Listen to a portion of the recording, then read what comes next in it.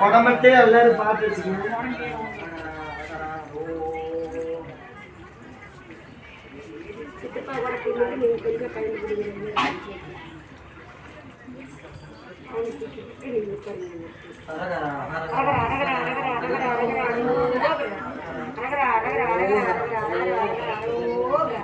ஒருமையாத்தான் இருக்கணும்.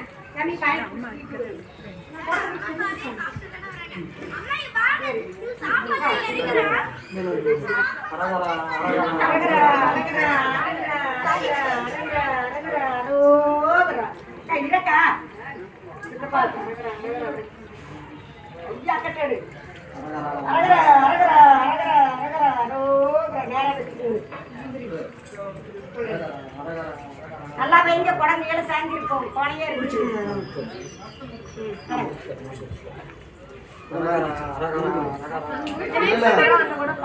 பால் கொடுங்க.